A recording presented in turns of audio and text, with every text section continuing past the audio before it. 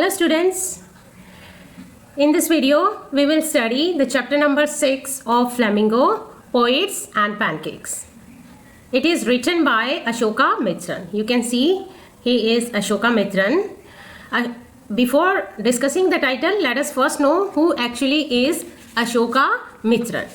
Ashoka Mitran was born in 1931 and he died in 2017. He was a Tamil writer.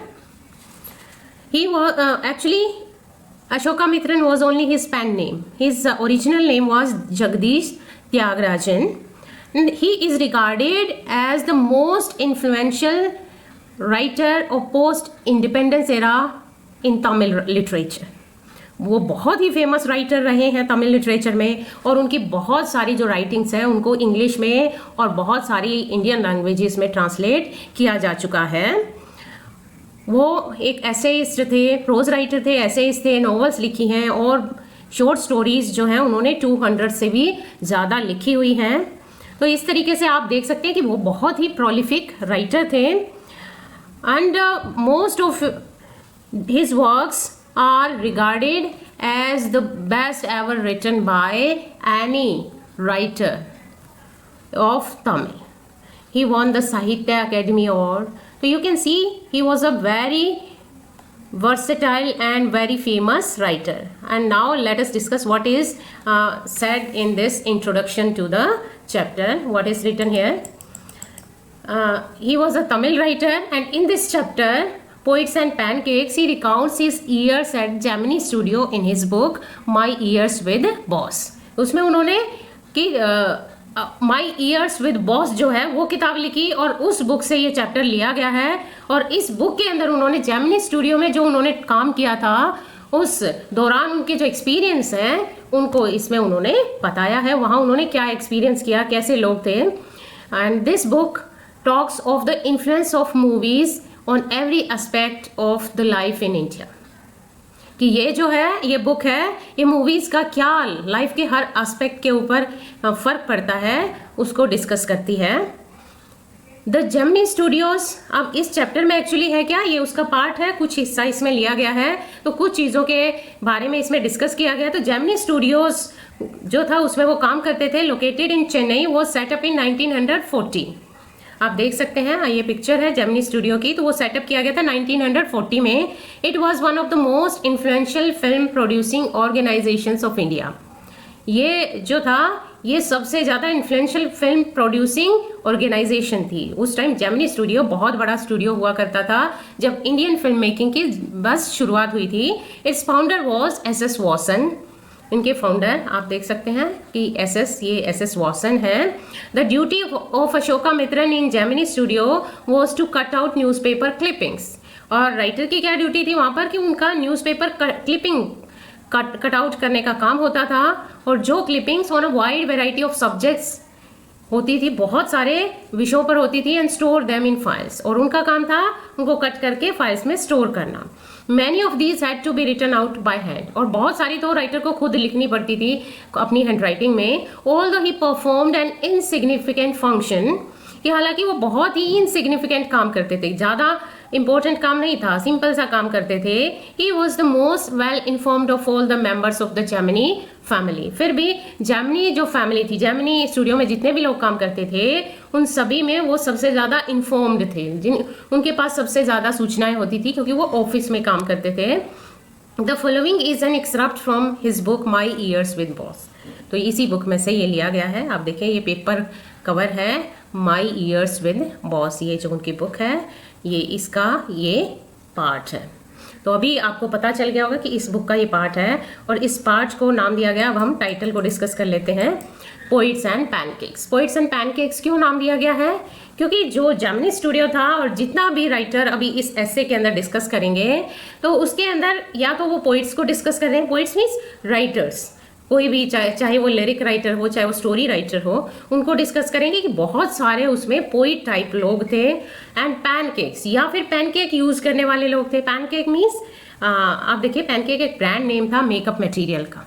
आपको ये chapter में भी बताया जाएगा, तो वहाँ और ज़्यादा डिटेल में, जैसे लैक्मे होता है, तो इस तरीके के कोई ब्रांड का नेम है पैनकेक। तो पैनकेक क्यों यूज़ किया? पैनकेक क्या थे कि बहुत सारा मेकअप वहाँ यूज़ होता था, या बहुत सारा मेकअप यूज़ करने वाले लोग होते थे, तो उनको डिस्कस किया गया है इसमें, इसलिए चैप्टर का नाम रखा है पोइट्स एंड पैनकेक्स। या तो राइटर्स को डिस्कस किया है या मेकअप डिपार्टमेंट को डिस्कस किया है, तो यहाँ पर इसलिए पैनकेक का यूज़ हुआ।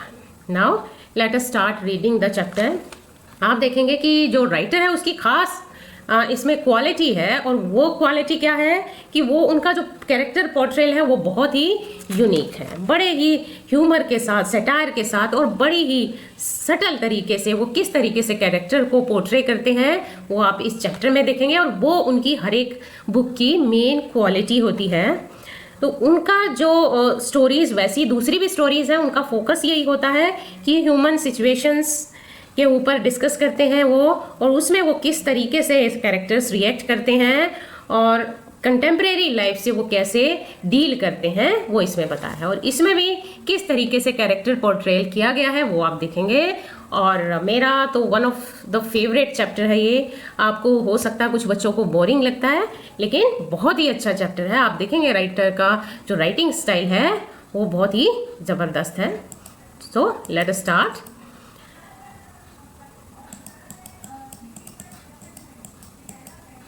Pancake was the brand name of the makeup material that Gemini Studios bought in truckloads. Pancake actually क्या था, अभी हमने ऊपर भी डिस्कस किया था, यहाँ राइटर ने इसको डिस्क्राइब किया है कि pancake was the brand name, वो ब्रांड का नेम था ऑफ द मेकअप मटेरियल का ब्रांड नेम था, that Gemini studios bought in truckloads, जो जेमिनी स्टूडियो जो था वो ट्रक लोड्स में मंगवाता था, खरीदता था। क्यों? क्योंकि वहाँ पे काम ही ऐसा था, फिल्म प्रोड्यूसिंग कंपनी थी, तो वहाँ पर डेफिनेटली मेकअप मटेरियल का यूज़ होगा। और ये राइटर का अपना स्टाइल है कि वो बहुत ज़्यादा कह रहा है। ट्रक लोड्स का मतलब ट्रक भर भर के, यानी कि इन्हें लार्ज क्वांटिटी, बहुत ज़्यादा मात्रा में मंगवाया जाता था। Greta Garbo must have used it. आजकल ये ट्रेंड में नहीं है ये ब्रांड, लेकिन उस टाइम यूज़ होता था, तो यही बता रहे हैं Greta Garbo must have used it, कि इस मेकअप मटेरियल को ग्रेटा गार्बो ने जरूर यूज किया होगा। ग्रेटा गार्बो कौन है? नंबर 1 पे आप देख सकते हैं, नीचे दिया हुआ है reference. A Swedish actress in 1954, she received an honorary Oscar for her unforgettable screen performances. The Guinness Book of World Record named her the most beautiful woman who ever lived. She was also voted best silent actress of the country. यानी कि Sweden की वो actress थी, और 1954 में, पुराने ज़माने की वो एक्ट्रेस थी, उनको ऑस्कर ऑनरेरी तौर पे दिया गया था क्योंकि उन्होंने बहुत अच्छी स्क्रीन परफॉर्मेंसेस दी थी। तो यहाँ कहने का मतलब है कि ग्रेटा गार्बो ने यूज़ किया था, मीन्स वो जो पुराने ज़माने की हीरोइन थी, और आप इससे भी सोच सकते हैं कि ये एक इंटरनेशनल ब्रांड था। Miss Gohar must have used it. Miss Gohar जो इंडियन एक्ट्रेस थी, उन्होंने भी ज़रूर यूज़ किया होगा। Vaijanti Mala must also have used it. Vaijanti Mala भी आपको पता है पुरानी फिल्मों की, इंडियन फिल्मों की जो एक्ट्रेस हैं वो है वैजंती माला। उन्होंने साउथ में भी मूवीज़ की हुई हैं और हिंदी मूवीज़ भी पुराने ज़माने में काफ़ी की हुई हैं, तो उन्होंने भी ज़रूर यूज किया होगा। आप सेकंड पे इनका देख सकते हैं, ये रेफरेंस दिया हुआ है। But Rati Agnihotri may not have even heard of it. लेकिन हो सकता है रति अग्निहोत्री ने तो इसका नाम भी ना सुना। क्यों? क्योंकि वो थोड़े मॉडर्न ज़माने की हीरोइन है, तो हो सकता है उनके टाइम तक आते आते ये मेकअप मटेरियल का जो ब्रांड था वो इतना ट्रेंड में ना रहा हो। The makeup department of the Gemini studios was in the upstairs of a building. अब यहाँ बता दिया पैनकेक एक्चुअली है क्या। देखिए आप बेटे देखेंगे, जैसे जैसे आप चैप्टर में आगे जाएंगे वो एक चीज़ को डिस्कस कर रहे हैं, फिर दूसरी को करेंगे। तो आप pancake, what was actually pancake, ये क्वेश्चन अगर पूछा जाए तो आप इतना बता सकते हो कि वो मेकअप मटेरियल था। और यहाँ तक उसको डिस्कस करके अब वो अगली चीज़ के ऊपर आते हैं। अगला क्या है? मेकअप डिपार्टमेंट को वो डिस्कस करेंगे। तो the makeup department of the Gemini studios was in the upstairs of a building. वो एक बिल्डिंग के अपस्टेयर्स था। अपस्टेयर मीन्स ऊपर वाले हिस्से में था। That was believed to have been Robert Clive's stable. और वो बिल्डिंग कौन सी थी जिसके वो ऊपर बना हुआ था? उस बिल्डिंग को रॉबर्ट क्लाइव जो था उसके स्टेबल माना जाता था। रॉबर्ट क्लाइव जो थे वो एक इंग्लिश ऑफिसर थे, तो उनके स्टेबल्स क्या होते हैं? स्टेबल्स होते हैं जहाँ the place where horses are kept. तो उन स्टेबल्स माना जाता था कि पुराने ज़माने में, अंग्रेज़ों के ज़माने में वहाँ रॉबर्ट क्लाइव रहते थे, उनका स्टेबल था। तो कभी, और फिर उसके बाद जेमिनी स्टूडियो के अंदर आया तो उसके ऊपर वाले हिस्से में मेकअप डिपार्टमेंट बना दिया गया। अब थोड़ा सा अब वो रॉबर्ट क्लाइव के ऊपर आ गए मेकअप डिपार्टमेंट को बताते बताते, तो थोड़ा सा अब वो रॉबर्ट क्लाइव के बारे में बताएंगे। अ डजन अदर बिल्डिंग्स, की दर्जन भर दूसरी बिल्डिंग्स जो हैं in the city are said to have been his residence, कि ऐसा माना जाता है कि वो उनका जो रेजिडेंस है वो है, कि बहुत सारी और भी दूसरी बिल्डिंग है। ये तो जेमिनी स्टूडियो का मेकअप डिपार्टमेंट है, उसकी बिल्डिंग है, और भी बहुत सारी बिल्डिंग है। जब लोग वहाँ जाते हैं तो ये कहते हैं कि ये जो बिल्डिंग है ये भी उनके नाम पर है, ये बिल्डिंग है ये भी इनके नाम पे है। तो ऐसी लगभग दर्जन भर, यानी कि अराउंड 12 बिल्डिंग्स जो है उनको ये माना जाता है कि वो कभी उनका रेजिडेंस हुआ करती थी, यानी कि उनका रहने की जगह हुआ करती थी। For his brief life and even ब्रीफर stay in Madras, कि उनकी जो मद्रास के अंदर थी वो ब्रीफ लाइफ थी, कि उनकी छोटी सी लाइफ थी, वो बहुत ज़्यादा उनकी उम्र नहीं थी। और उस अपनी छोटी उम्र में भी मद्रास में तो उनका जो स्टे था वो और भी कम था। तो उस सारे टाइम में, उस थोड़े से ही टाइम में, ब्रीफ टाइम में, Robert Clive seems to have done a lot of moving. तो ऐसा लगता है कि रॉबर्ट क्लाइव ने बहुत सारी मूविंग की है। मूविंग मीन्स इधर उधर घूमे, तभी तो 1 दर्जन भर बिल्डिंग जो है वो उनके नाम पर है, जबकि वो मद्रास में बहुत थोड़े टाइम रहे हैं। बिसाइड्स फाइटिंग सम इम्पॉसिबल बैटल्स, कि इतने थोड़े टाइम में क्या क्या किया है कि इतनी तो सारी बिल्डिंगों में वो रह गए। और ऐसा भी माना जाता है कि कुछ इम्पॉसिबल, सुनने में जो इम्पॉसिबल लगे, the battles which seems impossible in remote corners of India, जो इंडिया के रिमोट कॉर्नर्स में, डिस्टेंट एरियाज़ में, दूर दराज के एरियाज़ में जो बैटल्स लड़ी गई और जो ऐसा लगता है कि इम्पॉसिबल थी, ऐसा हुआ नहीं होगा, वो भी उन्होंने लड़ी, ये माना जाता है। And marrying a maiden in Saint Mary's church, और ये भी माना जाता है कि सेंट मैरीज चर्च में उन्होंने यहाँ पर एक मैडन बोलते हैं अनमैरिड गर्ल को, तो एक लड़की से उन्होंने यहाँ शादी भी की थी। और जो चर्च कहाँ पर है, इन फोर्ट सेंट जॉर्ज इन मद्रास का जो सेंट जॉर्ज फोर्ट है, किला है, उसमें सेंट मैरीज जो चर्च है वहाँ एक लड़की से उन्होंने शादी भी की। राइटर क्या कहना चाहता है पता नहीं, ये सच है या नहीं है, राइटर का ये मानना है, लेकिन फिर भी लोग ऐसा कहते हैं कि इतनी सारी बिल्डिंगें रॉबर्ट क्लाइव के नाम पर है, जो कहते हैं कि उनका रेजिडेंस हुआ करती थी, जबकि वो यहाँ बहुत थोड़े टाइम तक रहे। और ऐसा भी माना जाता है कि उन्होंने कई लड़ाइयाँ भी लड़ी, ये भी उनके नाम से फेमस है। और इसके साथ साथ उन्होंने यहाँ पर शादी भी की थी। तो इतने सारे काम उन्होंने ब्रीफ स्टे के अंदर कर लिए, ये जो राइटर हैं ये बताना चाहते हैं। अब फिर से जो राइटर हैं वो अपने मेकअप डिपार्टमेंट के बारे में आएंगे कि the makeup room had the look of a hair cutting salon, कि जो मेकअप रूम था उसका जो लुक था वो क्या था, of a hair cutting salon, उसका हेयर कटिंग सैलून जैसा जो था लुक था। मीन्स जैसे एक सैलून होता, पार्लर होता है, किसी नाई की दुकान होती है कि या कोई ब्यूटी पार्लर होता है, वैसा लुक था। मीन्स कैसा लुक होता है, चारों तरफ शीशे ही शीशे आपको दिखाई देते हैं हर एंगल पे, तो इस टाइप का लुक था। With lights at all angles, पूरी तरह से डिस्क्राइब करें कि जिसमें ऑल एंगल्स पर लाइट्स थी, सारे एंगल्स पर, मतलब हर तरफ से लाइटें थी।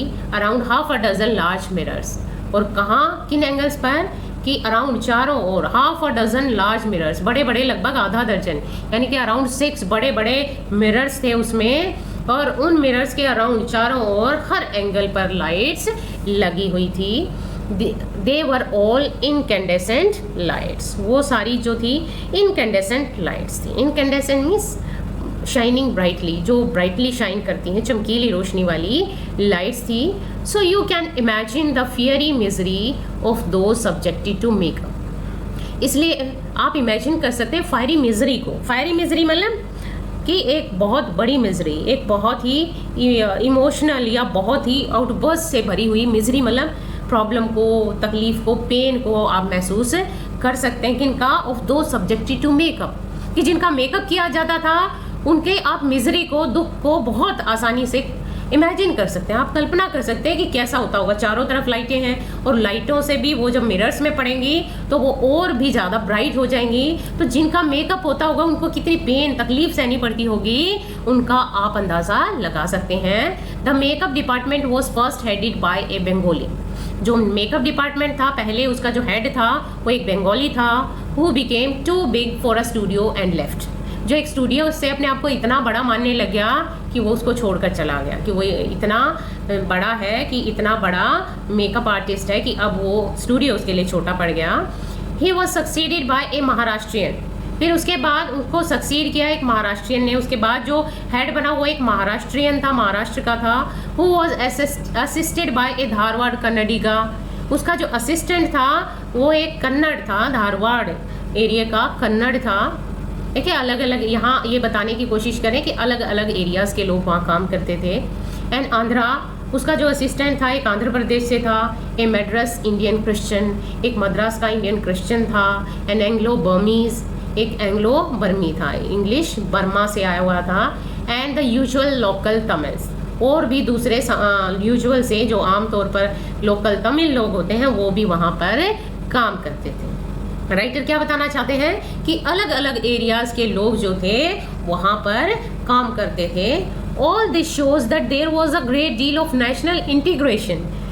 और इसको बड़े ही ये लाइटली वे में राइटर डिस्क्राइब करें कि ये सब कुछ दिखाता है कि वह कितना ज़्यादा नेशनल इंटीग्रेशन था। इंटीग्रेशन मतलब यूनिटी थी, कितनी नेशनल यूनिटी थी। Long before AIR and Doordarshan began broadcasting programmes on national integration, कि लॉन्ग बिफोर, उससे तो बहुत टाइम पहले, जबकि ऑल इंडिया रेडियो ने और दूरदर्शन ने तो राष्ट्रीय एकता के ऊपर, नेशनल इंटीग्रेशन के ऊपर जो प्रोग्राम्स थे वो ब्रॉडकास्ट करने शुरू भी नहीं किए थे, उससे पहले ही राष्ट्रीय एकता थी। कि ये क्या कहना चाहते हैं, ये मजाक में कहना चाहते हैं कि AIR ने, मतलब रेडियो और टीवी ने तो बाद में चालू किए थे राष्ट्रीय एकता के प्रोग्राम देने, वहाँ तो पहले ही राष्ट्रीय एकता थी। And all this shows that there was national integration. This gang of nationally integrated makeup man could turn any decent looking person into a hideous crimson hued monster. और ये जो गैंग था, गैंग मीन्स ये group के लिए use कर रहे हैं, और यही राइटर की जो खासियत है कि वो कैसे सेटायर का यूज़ करते हैं कि एक तरह का गैंग था। क्यों गैंग था? क्योंकि जिसका मेकअप होता था उसको बड़ी प्रॉब्लम उठानी पड़ती थी। तो ये जो गैंग था जो मेकअप करता था, और किनका गैंग था? Nationally integrated makeup man. Nationally integrated means जो अलग अलग एरिया से आए हुए राष्ट्रीय एकता को दिखाने वाले जो ये गैंग था या ग्रुप था मेकअप आर्टिस्ट का, ये they could turn any decent looking person, वो किसी भी डिसेंट से, डिसेंट लुकिंग मतलब गुड लुकिंग पर्सन को, अच्छा खासा दिखने वाले सुंदर आदमी को भी into hideous crimson hued monster में चेंज कर देते थे। वो अच्छा खासा दिख रहा आदमी और उसको क्या कर देते थे? हीडियस का मतलब अगली सा बना देते थे। क्रिम्सन होता है ब्राइट रेड सा कलर हो, तो ह्यूड मीन्स कलर्ड मॉन्स्टर में, जायंट में बदल देते थे। आपने देखा होगा कि कई बार स्टेज पर जाते हैं जब बच्चे, जिनकी स्टेज परफॉर्मेंस होती है, तो ओवर मेकअप किया जाता है उनका, ताकि दूर से उनके जो एक्सप्रेशन है वो क्लियरली आ सकें। तो उस टाइम पे भी जब ब्लैक एंड वाइट मूवीज़ होती थी तो बहुत ज़्यादा मेकअप करना पड़ता था ताकि वो कैमरे में प्रेजेंटेबल दिख सकें। तो ये इसीलिए कह रहे हैं कि ये जो गैंग था, अच्छा खासा आदमी दिख रहा है, उस पर इतनी ज़्यादा मेकअप की परत थोप देते थे कि ऐसा लगता था कि ये तो एक गैंग है मेकअप आर्टिस्ट का, और वो अच्छे खासे दिखने वाले आदमी को भी भद्दा अगली बना देते थे और एक मॉन्स्टर में, शैतान में चेंज कर देते थे with the help of truck loads of pancake. और कैसे चेंज कर देते? जो ट्रक भर भर के वहाँ पैनकेक, जो मेकअप मटेरियल आता था उसकी हेल्प से, वो मेकअप मटेरियल जो ट्रक भर भर के आया करता था वो इसी काम से आता था, ताकि उसका यूज़ करके उनको मॉन्स्टर में बदल दिया जाए। And A number of other locally made potions and lotions, ये तो इंटरनेशनल ब्रांड था, उसके अलावा भी बहुत सारे लोकली मेड, लोकली मतलब जो लोकल बनाए जाते थे, लोकल कंपनी के होते थे ऐसे potions and lotions. Potions and lotion means लगाने के या जो भी मेकअप का सामान होता था, potions and lotions makeup material के लिए आया है कि उनकी हेल्प से उनको मॉन्स्टर में वो तब्दील कर देते थे। ऐसा गैंग था इनका।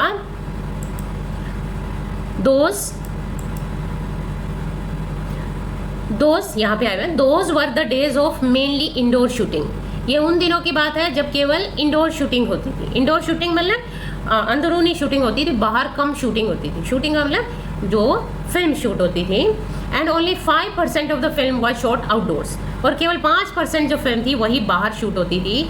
आई सपोज, मेरा मानना है ऐसा क्यों होता था कि क्यों मेकअप किया जाता था ज़्यादा, the sets and studio lights needed, कि जो सेट लगते थे अंदर और जो स्टूडियो की लाइटें होती थी उनको ज़रूरत होती थी गर्ल्स एंड बॉयज़ की, जो भी वहाँ लड़के लड़कियाँ या जो भी आर्टिस्ट काम करते थे उनको क्या किया जाए, to be made to look ugly, कि उनको अगली बना दिया जाए। अगली मतलब उनको भद्दा बना दिया जाए मेकअप का यूज़ करके, in order to look presentable in the movie, ताकि मूवी में वो प्रेजेंटेबल दिख सकें। प्रेजेंटेबल का मतलब क्या है कि वो दिखाई दे सकें, अट्रैक्टिव लग सकें, इसलिए उनको ऐसा किया जाता था।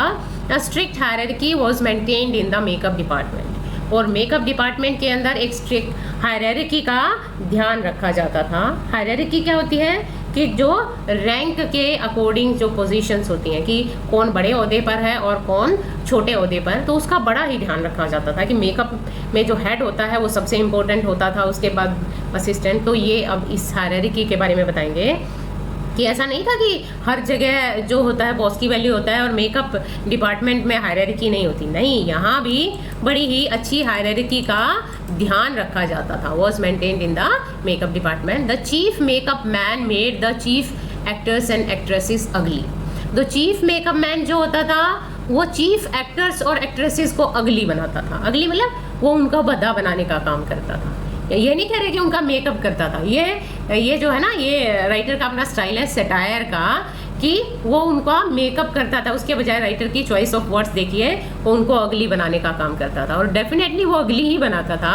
He senior assistant the second hero and heroine, उसका जो सीनियर, जो जब सबसे वरिष्ठ वाला असिस्टेंट होता था, बड़े वाला असिस्टेंट होता था, वो दूसरे नंबर के साइड जो हीरो हीरोइन थे उनको अगली बनाता था, या यूँ लगा लिए उनका मेकअप करता था। The junior assistant the main comedian, उसके बाद जूनियर जो असिस्टेंट था वो मेन कॉमेडियन का मेकअप करता था, एंड सो फोर्थ मतलब इसी तरीके से हायरार्की को मेंटेन किया जाता था। द प्लेयर्स, देखिए ये क्वेश्चन में भी आ जाता है कि how was a hierarchy maintained in the makeup department, तो ये चीज़ें आपको फिर डिटेल में बतानी पड़ेंगी। The players who played the crowd were the responsibility of the office boy, और अब सबसे जो निचले दर्जे पर काम करता था मेकअप डिपार्टमेंट में वो था ऑफिस बॉय। ऑफिस बॉय क्या होता है, एक्चुअली किसी भी डिपार्टमेंट के अंदर, ऑफिस के अंदर जो पीएन होता है उसको बोलते हैं ऑफिस बॉय। तो जो क्राउड का रोल करते थे, प्ले करते थे, वो रिस्पॉन्सिबिलिटी होती थी ऑफिस बॉय की। रिस्पॉन्सिबिलिटी मतलब उसकी जिम्मेदारी होती थी, यानी कि उनका जो मेकअप करने का काम होता था वो ऑफिस बॉय करता था। Even the makeup department of the Gemini studio had an office boy. अब ब्रैकेट में ये बता रहे हैं कि आप ये मत सोचना किसी और ऑफिस में ही पीएन होते हैं या ऑफिस बॉय होते हैं, नहीं, हमारे मेकअप डिपार्टमेंट में भी एक ऑफिस बॉय था।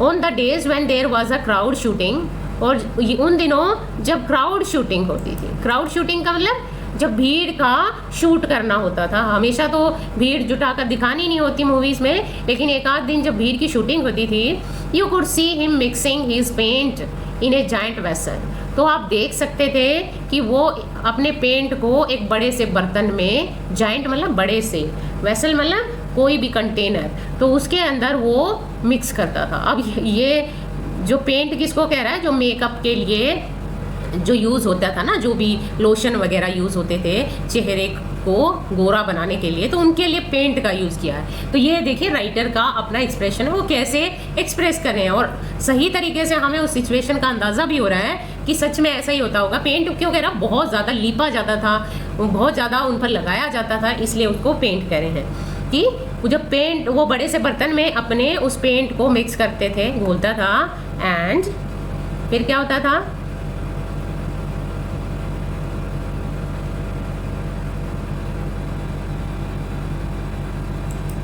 let's move on to the next, slapping it on the crowd players। तो और आपको क्या दिखाई देता था कि जो क्राउड प्लेयर्स होते थे, क्राउड प्लेयर्स मीन्स जो भीड़ की शूटिंग करते थे, प्ले करते थे, भीड़ दिखाने के लिए जो प्लेयर्स होते थे उनके चेहरे पर उनको पोज देता था। The idea was to close every pore on the surface of the face, और वो ऐसा क्यों करता था कि जो इसके पीछे आइडिया था ऐसा मेकअप करने के पीछे, वो ये था कि चेहरे का जो हर पोर था, पोर का मतलब जो भी ओपनिंग्स होती हैं फेस में, जो भी मार्क्स होते हैं, निशान होते हैं जो फेस के सरफेस के ऊपर होते हैं, ऊपरी सतह के ऊपर होते हैं, उनको क्लोज कर दिया जाए, ढक दिया जाए, ताकि वो चेहरे के जो निशान है वो दिखाई ना दे in the process of applying makeup. Makeup की प्रोसेस के दौरान उन पोर्स को ढक दिया जाए। तो इस वजह से, और क्योंकि भीड़ होती थी तो वो पेंट की तरह उसको घोलता था और स्लैप कर देता था। स्लैप मीन्स एकदम से उनके चेहरे पर फोर्सफुली यूज़ कर देता था। अब ये बता रहे हैं वो ऑफिस बॉय था, but he wasn't actually a boy. लेकिन बॉय वर्ड यूज़ हुआ इसके लिए, इसका मतलब ये नहीं है कि वो बॉय ही था। बॉय मीन्स कोई टीनेजर बॉय था, वो एक अडल्ट था। He was in his early 40s, वो अपनी अर्ली 40s में था। अर्ली 40s का मतलब 40 से 45 के बीच में था। Having enter the studios years ago, कि जो सालों पहले स्टूडियो में एंटर कर गया था in the hope of becoming a star actor और ए टॉप स्क्रीन राइटर। और ऐसा नहीं है वो ऑफिस बॉय बनने आया था, वो इस आस में आया था, इस होप में आया था कि वो एक स्टार एक्टर बन जाएगा या टॉप स्क्रीन राइटर बन जाएगा, कि स्टोरी लिखेगा फिल्मों की, सीरियल्स की, डायरेक्टर या फिर डायरेक्टर बन जाएगा, डायरेक्ट करने लग जाएगा इन सीरियल या फिल्मों को, और लिरिक्स राइटर या फिर कोई लिरिक राइटर बन जाएगा, यानी कि सॉन्ग राइटर बन जाएगा।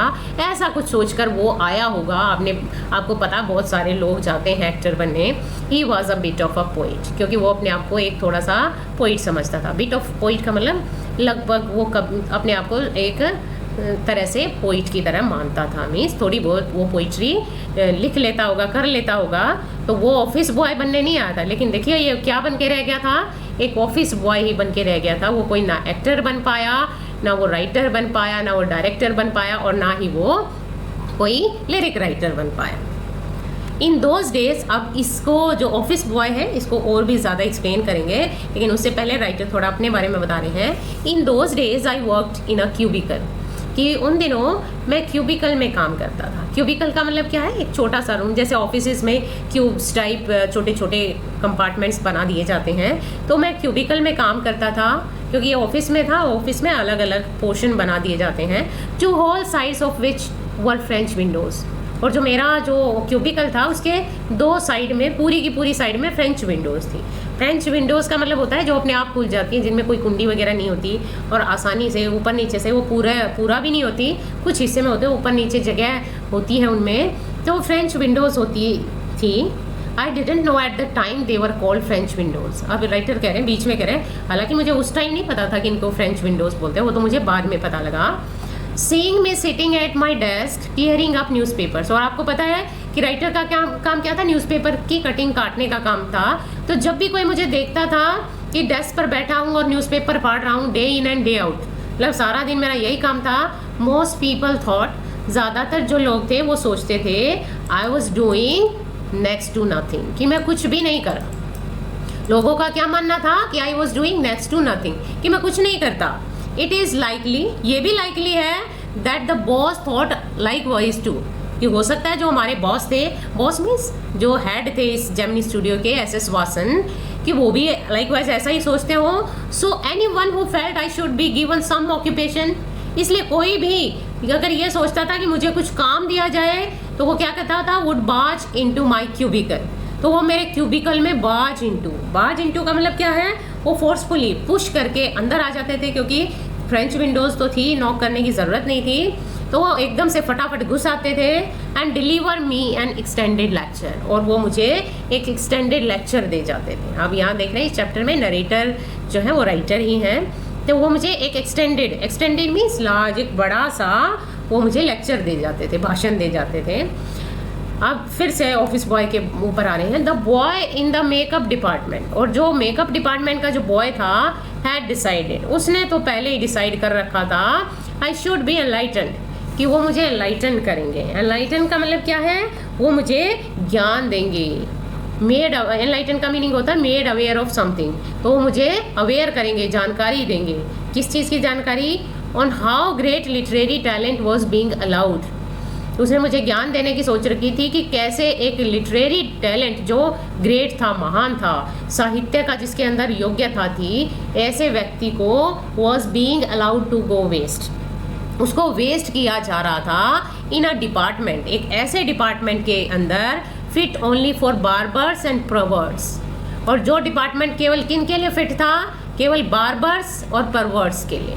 बार्बर्स का मतलब जो नाई के लिए यूज़ होता है, कि मीन्स जो निचले ओहदे का जो वर्ड लगा है कि बार्बर्स के लिए जो बना था डिपार्टमेंट, या फिर परवर्ट्स। परवर्ट्स का मतलब यहाँ जो डेरोगेटरी वर्ड है ये, कि जो निचले लोग होते हैं, नीचे दर्जे के लोग होते हैं, उनके लिए जो डिपार्टमेंट फिट है, वहाँ पर एक लिटरेरी टैलेंट को वेस्ट किया जा रहा था। और किस लिटरेरी टैलेंट की वो बात कर रहा था? वो अपनी बात कर रहा था कि उसका जो टैलेंट था वो वेस्ट किया जा रहा था इन A department fit only for. और कहाँ पर?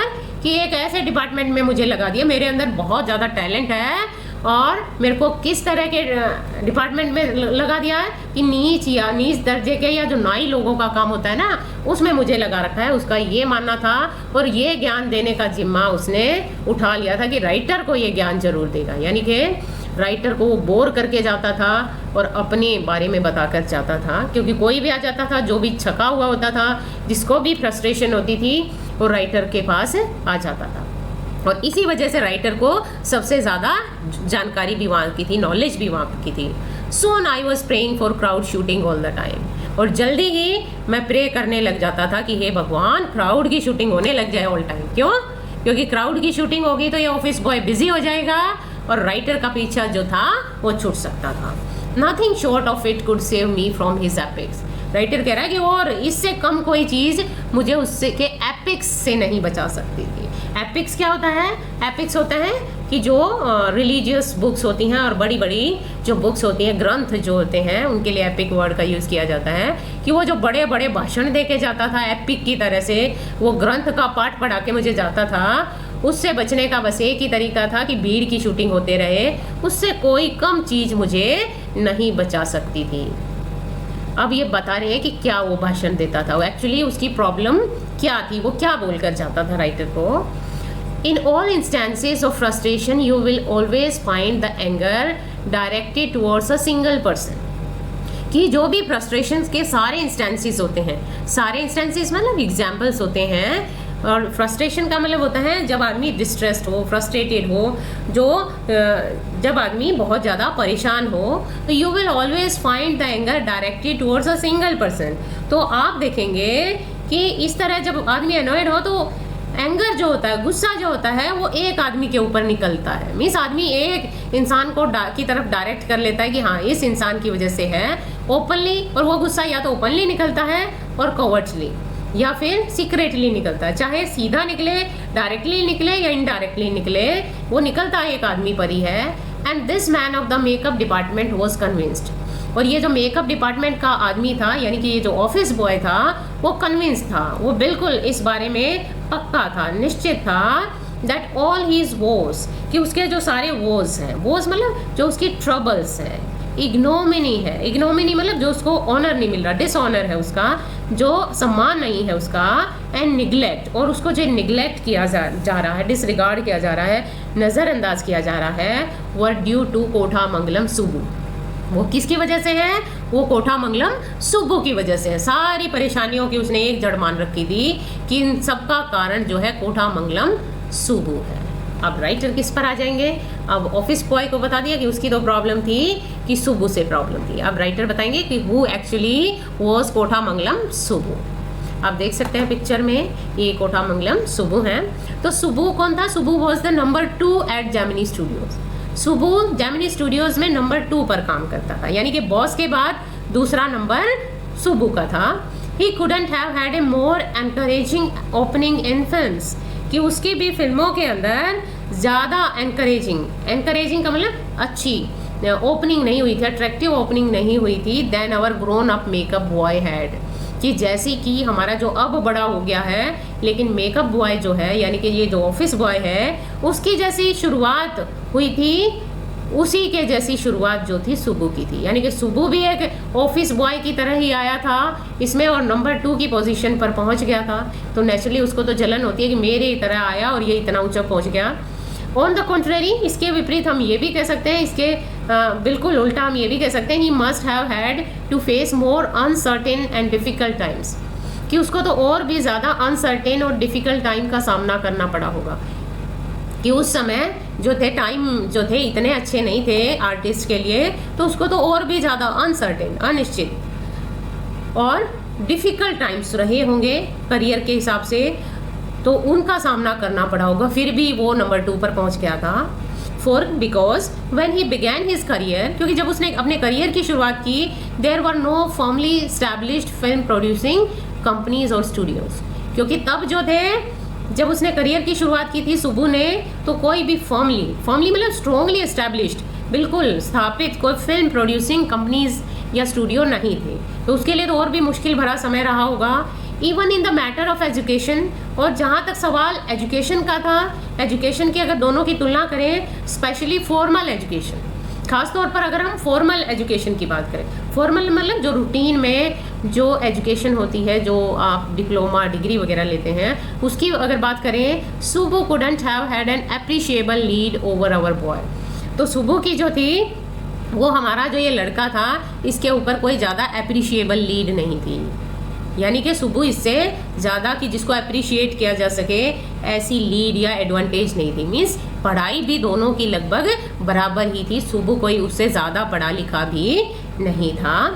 बट लेकिन डिफरेंस क्या था दोनों में? By virtue of being born a Brahmin, लेकिन उसके अंदर एक वर्चू था, वर्चू मतलब क्वालिटी थी कि वो एक ब्राह्मण पैदा हुआ था, ब्राह्मण फैमिली में पैदा हुआ था। अब देखो, जिस फैमिली में पैदा हो वो कोई गुण नहीं होता, लेकिन अब राइटर कह रहे हैं वर्चू इंडीड, कि आपको लगता होगा ये वर्चू नहीं, ये क्वालिटी नहीं है, लेकिन मुझे लगता है ये एक वर्चू है अगर वो किसी अच्छी फैमिली में पैदा हुआ, ब्राह्मण में। He must have had an exposure to more affluent situations, क्योंकि उसका जो एक्सपोजर है, एक्सपोजर मतलब उसके सामने जो परिस्थितियाँ आई होंगी जिससे उसका सामना हुआ होगा, उसने फेस किया होगा ज़्यादा एफ्लुएंट सिचुएशंस का। एफ्लुएंट का मतलब है वेल्दी सिचुएशंस का, या रिच, बहुत अच्छी सिचुएशन का, जिसमें पढ़े लिखे लोग होते होंगे, ऐसी सिचुएशंस का उसने सामना किया होगा, यानी कि उसके आगे अच्छी परिस्थितियाँ रही होंगी। इस वजह से एक ब्राह्मण फैमिली में पैदा होना एक वर्चू है।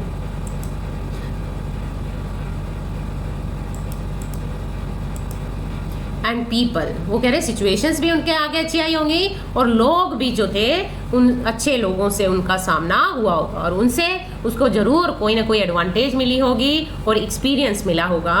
ही had the ability to look cheerful at all times, उनकी एबिलिटी थी, क्योंकि सुबू की, कि उसमें एक एबिलिटी थी, एक क्वालिटी थी, उनमें एक स्किल थी कि वो चेयरफुल रहते थे ऑल टाइम, सारा टाइम वो चेयरफुल रहते थे, बहुत ही चेयरफुल व्यक्ति थे, खुश रहते थे। Even after having had a hand in A flop film, यहाँ तक कि तब भी खुश रहते थे जब उनका एक फ्लॉप फिल्म को बनाने में हाथ होता था। ही always had work for somebody, उनके पास हमेशा किसी न किसी के लिए काम होता था, मीन्स वो काम भी देते रहते थे लोगों को। He could never do things on his own, कि वो खुद से कोई भी काम अकेले नहीं कर पाते थे। But his sense of loyalty made him identify himself with his principal completely, लेकिन उनके अंदर एक सेंस ऑफ लॉयल्टी थी, लॉयल्टी मतलब वफादारी, फेथफुलनेस की सेंस थी उनके अंदर, जिसकी वजह से वो आइडेंटिफाई कर लेते थे, अपने आप को रिकॉग्नाइज कर लेते थे, अपनी पहचान बना लेते थे विद हिज प्रिंसिपल, अपने प्रिंसिपल के साथ। यहाँ स्कूल के प्रिंसिपल नहीं है, यहाँ प्रिंसिपल का मतलब है उनका जो भी हेड होता था या उनका जो भी सीनियर जिनके साथ मिलकर वो काम कर रहे होते थे, उस प्रिंसिपल अपने मुखिया के साथ कंप्लीटली पूरी तरीके से अपनी पहचान बना लेते थे, उनको समझ लेते थे। And turn his entire creativity, और अपनी पूरी क्रिएटिविटी को, अपनी पूरी आर्ट को वो टर्न कर देते थे, घुमा देते थे, यूज़ कर लेते थे टू हिज प्रिंसिपल्स एडवांटेज, अपना जो भी वो सीनियर होता था उसके एडवांटेज के लिए, उसके फ़ायदे के लिए अपनी पूरी क्रिएटिविटी का यूज़ कर देते थे। He was tailor made for films, वो फिल्मों के लिए बिल्कुल टेलर मेड थे। टेलर मेड का मतलब बिल्कुल एप्ट थे, अप्रोप्रिएट थे, बिल्कुल जैसे फिल्मों के लिए ही स्पेशली मेड थे वो। हियर वॉज अ मैन, कि ये एक ऐसा आदमी था Subbu, who could be inspired when commanded, कि जिनको इंस्पायर किया जा सकता था, एनकरेज किया जा सकता था व्हेन कमांडेड, जब भी उनको कमांड दी जाती थी, जब भी उनको कोई काम दिया जाता था तो इंस्पायर हो जाते थे। और अब एक सिचुएशन बताएंगे कि कैसी सिचुएशन में वो सुझाव दे जाते थे, कि मान लो एक सिचुएशन है, फिल्म में कोई सीन है the rat fights the tigress under water. कि मान लो एक रैट में और एक टिग्रेस में, टिग्रेस मतलब जो शेरनी होती है या चीता जो होता है उसका फीमेल होता है, तो वो टिग्रेस जो है वो शेरनी जो है रैट से फाइट कर रही है। आप कल्पना भी नहीं कर सकते, इम्पॉसिबल सिचुएशन है ऐसी, अंडर वाटर और पानी में ये लड़ाई चल रही है।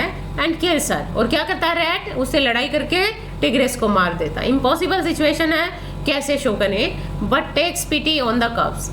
और सिचुएशन क्या बनती है, मार के वो रैट जो होता है उसके जो कब्स होते हैं जो टाइगर के जो बच्चे होते हैं उनको कब्स बोला जाता है, तो उसके ऊपर वो उसको पिटी सिंपैथी फील होती है कि उनको तो मार देता है लेकिन वो उनके बच्चों पर दया करता है rat. And tends them lovingly, और उनको लविंगली टेंड करता है। टेंड मीन्स उनको पालता है। अब देखिए ये सिचुएशन है, इम्पॉसिबल है।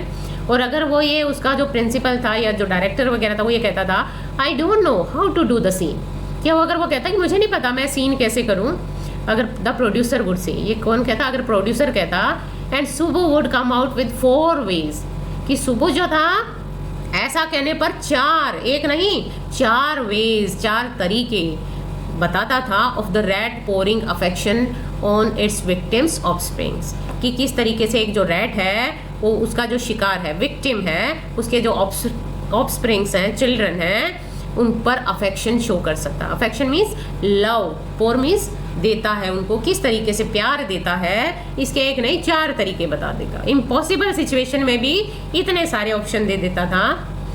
Good, but I am not sure it is effective enough. लेकिन फिर भी द प्रोड्यूसर वुड से, अगर प्रोड्यूसर फिर भी ये कहता अच्छा है but I am not sure, कि मुझे यकीन नहीं है कि ये इतना इफेक्टिव है। इफेक्टिव मतलब कि इसका ज़्यादा यूज़फुल होगा, ये मुझे अंदाज़ा नहीं है, कि मुझे यकीन नहीं है कि इससे काम बनेगा, इट इज़ नॉट यूज़फुल। अगर वो ये भी कह देता, and in a minute Subbu would come out with 14 more alternatives. हमारे जैसे हो तो शायद उनकी ईगो जो है हर्ट हो जाए कि मैंने 4 बताए कोई भी पसंद नहीं आया, लेकिन नहीं, उसकी ईगो थी ही नहीं। वो क्या करता था, एक ही मिनट में सुबु 14 मोर अल्टरनेटिव्स बता देता था, 14 और ऑप्शंस जो था वो बता देता था। 4 नहीं, अब की बार 14 ऑप्शन और बता देता था कि ऐसे कर लो, ऐसे कर लो।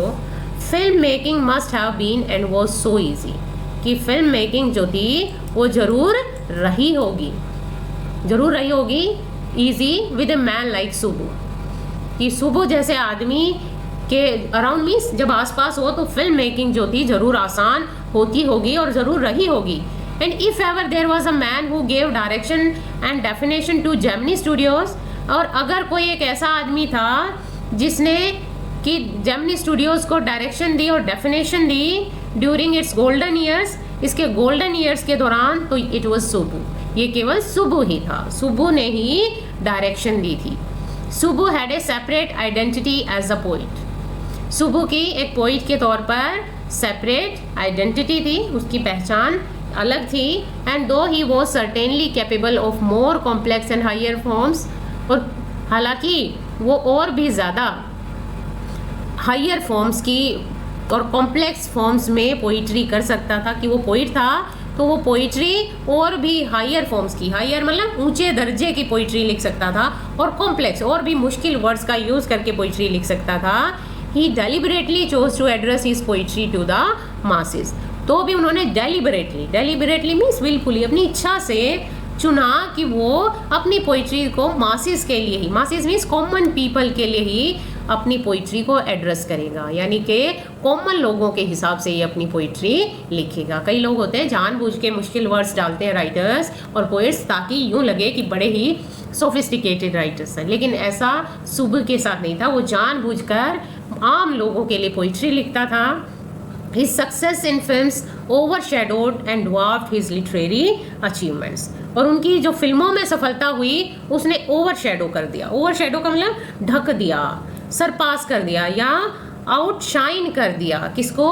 एंड ड्वार्फ्ड एक और वर्ड है, दोनों का लगभग सेम मीनिंग है। ड्वार्फ का मतलब भी ओवरशैडो ही होता है, मीन्स कि बोना कर दिया। ड्वार्फ होता है बोना या बोना करना। तो उसकी फिल्मों की सफलता की वजह से क्या बोना हो गया, क्या छोटा रह गया? हिज लिटरेरी अचीवमेंट्स, कि उनकी लिटरेरी अचीवमेंट्स की तरफ लोगों का ध्यान ही नहीं गया। साहित्यिक जो उपलब्धियां हैं, जो उन्होंने लिटरेचर लिखा और वहाँ पर जो अचीवमेंट की वो छोटी पड़ गई क्योंकि वो फिल्मों में ज़्यादा सफल हो गए। तो आप सोच सकते हैं कि वो जो पोइट थे वो भी बहुत ही अच्छे थे। और हिज क्रिटिक्स फेल्ट, वो कह रहे हैं ऐसा था या नहीं, उनके जो क्रिटिक्स हैं ऐसा ही मानते हैं। क्रिटिक्स होता है जो उनकी कविताओं की आलोचना करने वाले हैं कि अच्छा बुरा बताने वाले हैं।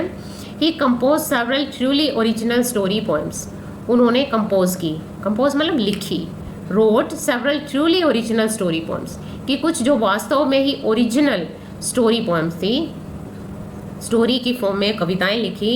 इन फोक रेफरेन में, फोक का मतलब क्या होता है, लोक रेफरेंस में, लोक लहजे में, लोक स्टाइल में। लोक होता है आम लोगों के जो लोकल लैंग्वेज है उसके लहजे में उन्होंने पोएम्स लिखी। एंड डिक्शन, और उन्हीं के डिक्शन का, diction means choice of words, जो वर्ड्स चूज़ किए वो भी जो आम लोग हैं उनके बीच के वर्ड्स का यूज़ किया और बहुत ही अच्छी स्टोरी पोएम्स लिखी। स्टोरी पोएम्स जो होती हैं, पोएम के थ्रू कोई स्टोरी बताई जाती है। And also wrote a sprawling novel, और इसके साथ साथ एक स्प्रॉलिंग नॉवल भी लिखा। स्प्रॉलिंग का मतलब होता है वास्ट या लेंदी, लंबा नॉवल लिखा। तिलाना मोहम्बल नाम का, with dozens of very deftly aged character, जिसमें उन्होंने दर्जन भर यानी कि लगभग 10-12 बहुत ही डेफ्टली का मतलब है स्किलफुली, बड़े ही अच्छे तरीके से उन्होंने एज्ड मीन्स गुथे हुए कैरेक्टर लिखे, यानी कि स्केच किए कैरेक्टर। उन्होंने बहुत ही अच्छे कैरेक्टर्स जो हैं वो लिखे और जो बड़ी ही स्किलफुली उस नॉवल के अंदर फिट बैठ रहे थे। He quite successfully recreated the mood and manner of Devadasis of the early 20th century, और उन्होंने बड़े ही सक्सेसफुल तरीके से रिक्रिएट किया, दोबारा से उसको बनाया। किसको? The mood and manner of devadasis, जो 20th सेंचुरी के स्टार्टिंग में देवदासियों थी, उनका जो मूड और मैनर था वो इस नॉवल में बहुत ही अच्छे से तरीके से उन्होंने क्रिएट किया, या उनके मूड और मैनर को बहुत अच्छे तरीके से शो किया। अब ये बता दिया कि वो पोइट कैसे थे, राइटर कैसे थे। अब किसके बाद आ रहे हैं, इनकी क्वालिटी बताई जाएंगे। ये बड़ा क्वेश्चन बनेगा बेटे कि right a character sketch of Subbu. उनकी सारी क्वालिटी आपको पता होनी चाहिए एक एक करके। उसके बाद he was an amazing actor, उसके साथ साथ वो अमेजिंग एक्टर भी थे, बहुत ही अमेजिंग एक्टर थे, बहुत ही अच्छे एक्टर थे। बड़े ही सरप्राइज होता था उन्हें देख के। कैसे? He never aspired to the lead roles, कि उन्होंने कभी भी लीड रोल्स करने का एस्पायर नहीं किया। एस्पायर मीन्स इच्छा नहीं की, लॉन्ग्ड फॉर, कि उन्होंने कभी भी ये इच्छा नहीं की कि उनको लीड रोल ही मिले, मेन रोल ही मिले, हीरो का रोल ही मिले। But whatever subsidiary role he played, लेकिन जो कोई भी सब्सिडरी का मतलब जो कोई भी सेकेंडरी छोटा मोटा रोल उन्होंने किया, he played in any of the films, और जो उन्होंने चाहे किसी भी फिल्म में किया, he perform better than the supposed main players. उन्होंने उसमें जो परफॉर्मेंस दी, जो वो प्ले किया, वो जो जिनको कि सपोज माना जाता था कि मेन प्लेयर हैं या हीरो हीरोइन है, उनसे भी बढ़िया रोल उन्होंने किया। तो आप देख सकते हैं कि वो बहुत ही अच्छे एक्टर थे। अब और क्या बता रहे हैं उनकी क्वालिटी, उनकी और क्वालिटी बता रहे हैं। He had a genuine love for anyone he came across, उनके अंदर एक जेन्युइन प्यार होता था। जेन्युइन मतलब ओरिजिनल, दिखावा नहीं होता था। ये जेन्युइनली प्यार करते थे किसी को भी। ही केम अक्रॉस, जो जिससे भी उनका सामना होता था, जो उनके आगे आता था। And his house was a permanent residence for dozens of near and far relations and acquaintances, और उनका जो घर था वो लगभग एक परमानेंट रेजिडेंस बन चुका था, लगभग हमेशा के लिए निवास बन गया था। किनके लिए? डजन्स, मतलब दर्जन भर लोगों का तो वो घर बन गया था। Near and dear far relations होते थे, और वो कैसे लोग होते थे? या तो नज़दीक के या दूर के रिश्तेदार होते थे, या एक्वेंटेंसेस या नॉन पीपल, जान पहचान के लोग होते थे। उनका वो एक परमानेंट रेजिडेंस बन गया था। मीन्स कोई ना कोई उनके घर ठहरा ही होता था, किसी न किसी को अपने घर पर ठहराते थे, काम के लिए बुलाते थे, उसको काम देते थे। तो उनका घर एक रेजिडेंस बन गया था कि इतने लोग तो उसमें बाहर वाले रहने ही हैं। It seemed against Subbu's nature to be even conscious that he was feeding and supporting so many of them. और ये सुब्बू के नेचर के अगेंस्ट था, कि ऐसा सुब्बू का नेचर बिल्कुल भी नहीं था कि वो इवन कॉन्शियस हो, इस बारे में कॉन्शियस भी हो, अवेयर भी हो, उसको जरा सा ये फील भी हो that he was feeding and supporting so many of them, कि वो इतने सारे लोगों को फीड कर रहा है, मीन्स खिला रहा अपने घर में और सपोर्ट कर रहा, सहारा दे रहा है, ये तो उसके मन में भी नहीं आता था, इतना चैरिटेबल आदमी था। अब यही बता रहे सच अ चैरिटेबल एंड इनप्रोविडेंट मैन, कि इस तरह का चैरिटेबल आदमी, चैरिटेबल मीन्स दूसरों का भला करने वाला, दूसरों को दान देने वाला आदमी, एंड इम्प्रोविडेंट मैन, इनप्रोविडेंट का मतलब स्पेंडथ्रिफ्ट, जो आसानी से दूसरों पर खर्च कर देता है, जो उल्टा होता है कि कंजूस का उल्टा होता है, कि ऐसा आदमी, and yet he had enemies, और तो भी उसके दुश्मन। ये राइटर को बड़ा अजीब लगा। और कौन था उसका दुश्मन? सुबु, कि इतने सारे लोगों की मदद करता है और फिर भी एक दुश्मन यहाँ पे बैठा है, और वो था सुबु। की कमाल की बात है कि ऐसा कैसे हो सकता है। अब राइटर गैस करते हैं कि क्यों सुबु को वो मानता था अपना enemy. Was it because he seemed so close and intimate with the boss? क्या ये इसलिए था कि वो बॉस का इतना क्लोज था, वो नंबर 2 था, यानी कि दूसरे नंबर पर था, बॉस उसको इतना वैल्यू देता था, इतना क्लोज था, या इंटीमेट? इंटीमेट का मतलब क्या? घनिष्ठ, वो भी क्लोज ही होता है, कि बॉस के इतना नज़दीकी था, शायद इसलिए वो जलन महसूस करता था, वो जेलस फील करता था। और was it his general demeanour that resembled a sycophants? या फिर उस सुबु का जनरल डेमिनोर ही ऐसा था। डेमिनोर क्या होता है? डेमिनोर होता है किसी का बिहेवियर, या जो उसका जो बॉडी लैंग्वेज होती है, कि क्या उसकी बॉडी लैंग्वेज, और जो वो थोड़ा सा मोटा सा था, तो दैट रिजेंबल्ड ए साइकोफेंट, जो एक साइकोफेंट से मिलता जुलता है। साइकोफेंट कौन होता है? जो फ्लैटरी करने वाला, दूसरों की चापलूसी करने वाला आदमी होता है, उसको साइकोफेंट बोलते हैं। तो क्या उनका जो डील डोल था, या उनकी बॉडी लैंग्वेज थी, व्यवहार था, वो एक साइकोफेंट से रिजेंबल करता था, उसके जैसा था, मिलता जुलता था, या इसलिए? अब ये गैस कर रहा है राइटर कि क्यों हो सकता है वो दुश्मन। या तो इसलिए क्योंकि बॉस के नज़दीक था, उसे लगता था बॉस ने उसको इसलिए आगे बढ़ने नहीं दिया, या फिर उसे लगता था कि हो सकता है उसका जो चाल ढाल थी वो साइकोफेंट जैसी थी इसलिए, और his readiness to say nice things about everything, या फिर वो हर चीज़ के लिए अच्छी बातें कहने के लिए तैयार रहता था। कि कई बार कहते हैं ना, ज़्यादा मीठा बोले तो भी लोगों को ये लगता है कि वो झूठा होता है, तो वो हर चीज़ के बारे में अच्छी बातें बोलने के लिए तैयार रहता था, या इसलिए ऐसा लगता था। इन एनी केस, कि इन एनी केस, चाहे केस कोई भी हो, वजह कोई भी हो, कि इसकी वजह कोई भी हो इस जलन की, there was this man in the makeup department, कि मेकअप डिपार्टमेंट में ये वो आदमी था who would wish the direst things for सुबु। कि कौन था मेकअप डिपार्टमेंट में? Office boy. कि ऑफिस बॉय एक ऐसा आदमी था मेकअप डिपार्टमेंट में जो सुबु के लिए डायरेस्ट चीज़ें चाहा करता था। डायरेस्ट का मतलब बुरी से बुरी, वर्स्ट चीज़ जो था चाहता था। उसको लगता था कि सुबु के साथ अच्छा नहीं होना चाहिए, वो उसके लिए बुरी से बुरी चीज़ों की इच्छा रखता था। अब ये जो फर्स्ट पार्ट है बेटे, ये हम इसमें इतना ही करेंगे, क्योंकि ये चैप्टर काफ़ी लेंथी है और काफ़ी एक्सप्लेन करना पड़ेगा इसको। तो बाकी जो चैप्टर है वो हम अलग पार्ट्स में करेंगे। So till the next video, bye bye.